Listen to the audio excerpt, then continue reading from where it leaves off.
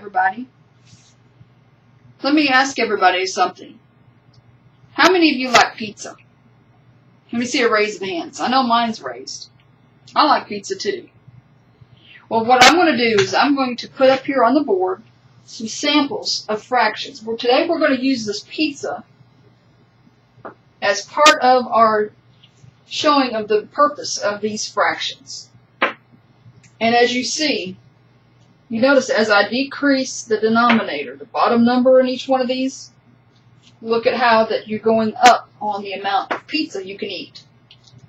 So it's important, don't get these confused with whole numbers because a fraction does not represent a whole.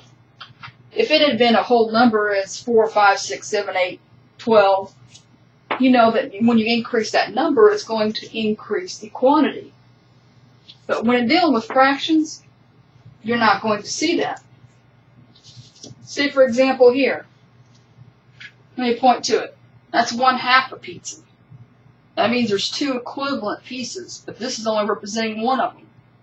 Here's a third, a fourth, a fifth, 1/6, 1/8, 1/10, 1/12. Notice as we increase that bottom number, listed on each piece of this pizza, that the pieces get smaller and smaller. So remember, when dealing with fractions, it's not going to be the same as a whole number. By no means will it be the same. And what I'm going to do is, later on, have it available for you online. And on the smartboard, I'm going to post these up with these magnets. And I want you to record the sample of the terms, numerator, denominator, and fractions. So what I'm going to do is clear some of this so I can show you an example. Like here, fraction. It states the word fraction means a number that is not a whole number. And we saw that a while ago with these samples, such as 1/2 or 5/10. It's showing the decimal equivalent there. Number 2, a small part or proportion of something. This, you can tell, is a very small part. You have a full pizza. It means you're going to have 8 pieces, but this is only 1/8 of it that you took out. And then, also, later I'll post these up for you to put in your math journal. And these are the numerator and denominator. And it shows the same fraction, 1/2. And showing 1 is called the numerator. It's your top number. And the definition, the number of parts being counted. And for example, when we had that while ago, 1/2, you're only seeing one piece of that pizza. 2 is a denominator, or your bottom number, and it's your total number of equal parts. So when you have 2 pieces for a big, large pizza, that's going to be quite a bit of food to eat. So your denominator would be 2, showing how many equal parts a pizza has been divided into. So you have 2 pieces. The numerator is showing you what part you had eaten. Only 1. So I'm going to have these up posted later for you to copy. And I want that recorded with today's date and titled fractions. And what I'm going to do is go through some samples. We're going to go through several of these where you have unlike denominators. You don't see the same denominator, but it's asking you to perform the function. So I'm going to have you, later on, we're going to do some practice in groups. And I'm going to have the names posted and paper clipped together where each one is going to go to a different setting. You meet with your partners in your groups where we've got their desks together. So for example, say here we have, this one is not wanting to work right now, so we're going to go to this one here. 1/3 plus 3/6. And you can see automatically that you do not have like denominators. You have a 3 and a 6 in the denominator, the bottom numbers. So what are we going to have to do? We're going to have to find out what its equivalent is going to be, the least common denominator between both these fractions. And so what do we see here? 6 is a larger number. So can 3 divide into 6 evenly? Yes. So what are we going to do? We're going to then mark here, 6 is going to be our common denominator. And this one we see is going to remain the same because why? It hasn't changed. However, there's going to be a function on this one, and what are we going to have to multiply by to make 3 change into 6? 2. And that's going to equal our new common denominator. So what I do at the bottom, I have to do at the top. So 1 times 2 is going to be what? 2. Then, after we gain our equivalent fractions, we're going to need to then do the function. And so for us to do the function, we need to go back here and look at the numerators, 2 and 3. The denominator is going to remain the same. We do not change that. Adding or subtracting, either way, we're going to have to keep the denominator the same. So we have 2 plus 3 equals 5. And that would be similar to you taking, you had 2 pieces of 1/6 of a pizza, and then you had another 3 of them, you're going to have 5.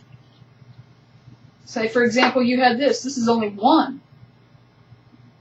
But if I end up having another piece here, that's 2/6, and 3 pieces here, when we add it together, would we get 5? You would have 5 of them gathered together around that piece.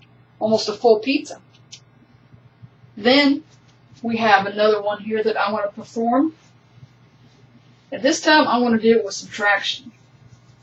The same process, however, you're going to need to make sure that you watch. Because later on, when we go into some worksheets, as we deal more with these, they're going to be mixing them. So it's going to be important you pay attention to the function that we see on that screen. So, for example, let's go with 2/3 minus 2/9. So we're going to have to first of all find out what our common denominator is going to be. Our denominators are 9 and 3, so what's going to be the common denominator? It's going to be 9. So therefore, we can see automatically we're not having to change this one at the bottom. 2/9 is going to keep the same. However, for this one up here at the top, what am I going to need to multiply by in order to change it to 9? 3 times what equals 9? It's going to be 3. And like I stated earlier, you have to do the same at the top. Multiply 2 times 3, and what do you get? 6. Okay? Then we're ready to go and perform the function. So what are we going to do here? 6 minus 2 equals 4. And we do not change the denominator. We keep it the same. So what do we have? We have 4/9. And 4 is equal to 2 times 2, or 4 times 1, and 9 times 1, or 3 times 3. We don't see anything common here to help simplify it. Otherwise, if it had been different, had this been 3/9, we could have reduced it. But 4/9, we don't see anything common between both the numerator and denominator to make it available to simplify. But when you get done performing the function, whether it's adding or subtracting, you have to make sure that you look at that answer and see if it can be simplified. If it can, then you go ahead and do that function. Otherwise, it will be counted off part. This is correct, but if you can simplify, you make sure you do that. It's very, very important. So what we're going to do is I'm going to have each of one of you in your groups, and I'm going to hand you a sheet of paper in which you have to simplify. And it provides an example here. I want you to have your name, number, and your date of today's date here. And it's going to give you some samples here of what to do. I want you to simplify these. You're going to have 10 minutes to do it. And once we're done with that, then we're going to go back to our original seats. And then I want you to go through individually on this fraction worksheet.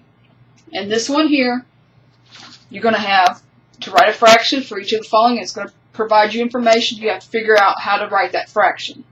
The next one, you're going to look for the fraction equivalent.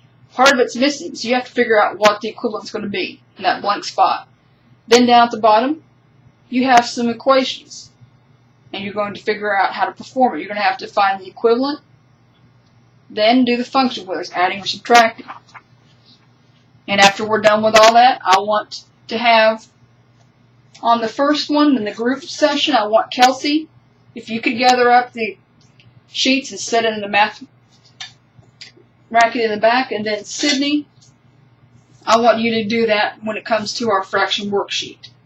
Okay? And so when we're done with all that, then we're going to have a review and go over some of this, and I want to see some participation. What I'm going to do is draw names. So be ready. I want you to work on that, and then we're going to go for some review. So we're going to go ahead and get that done.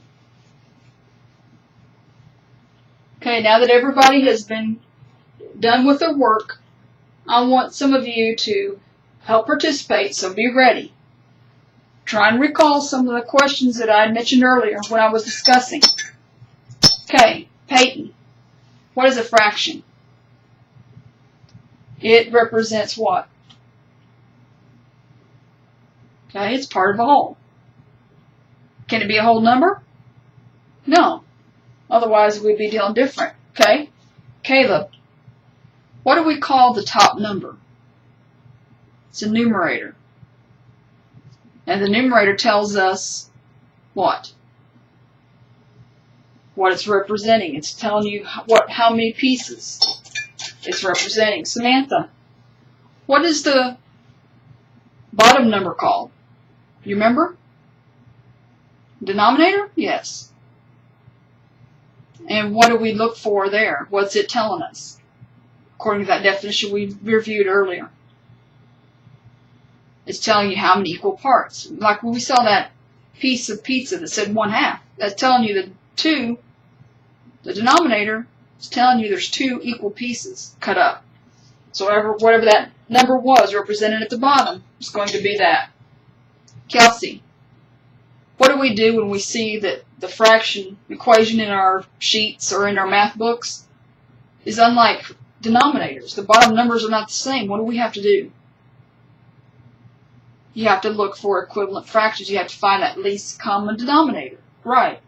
And so what do you start with? When you get ready to go for your item, let me pick up one here. Alea, what number do we start with? You have the denominator. What you had, the samples that I gave earlier, remember what I did? What did I do? I went and looked at the larger denominator and looked to see if the smaller one in that equation could go into it evenly without having to go up to the next numerical value of whatever that number is, times 2, times 3, times 4, until we find something that both of them go into evenly. Right. You have to look at that. Okay? And then, Chris, what is it called when we get the conversion done? We find our least common denominator. What is that new number we create on the side of that equation? What is it? Your common fraction. Because you found your common denominator, now you're finding the numerator common, so your whole thing is, quote, a common fraction. And let's see here, let me get another one.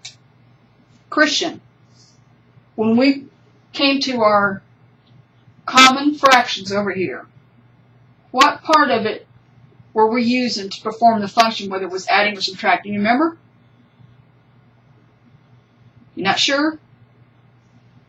Okay, let me get another one. Who else can help me? Jay. What was it? Do you remember what part of the fraction we used to do the function of adding or subtracting? Your top number, what's it called? Remember? The numerator. You took that numerator numbers on that common fraction, and then you did that. Does the denominator change? Blake, does it change? No. I saw you hand raised immediately, so I went ahead and called instead of having to draw your name. No, it won't change. You're not going to have that part change, so you keep that the same. You don't have to worry about it. So remember that, because when we go on later and do mixed numbers, where you're like 3 1/2 minus 2 1/4, you're going to need to be able to do that functioning of finding that least common denominator. Where you're going to have mixed numbers, you're going to have to learn how to convert them to improper fractions and perform the functions. So it's very important you do that, okay? Thank you very much.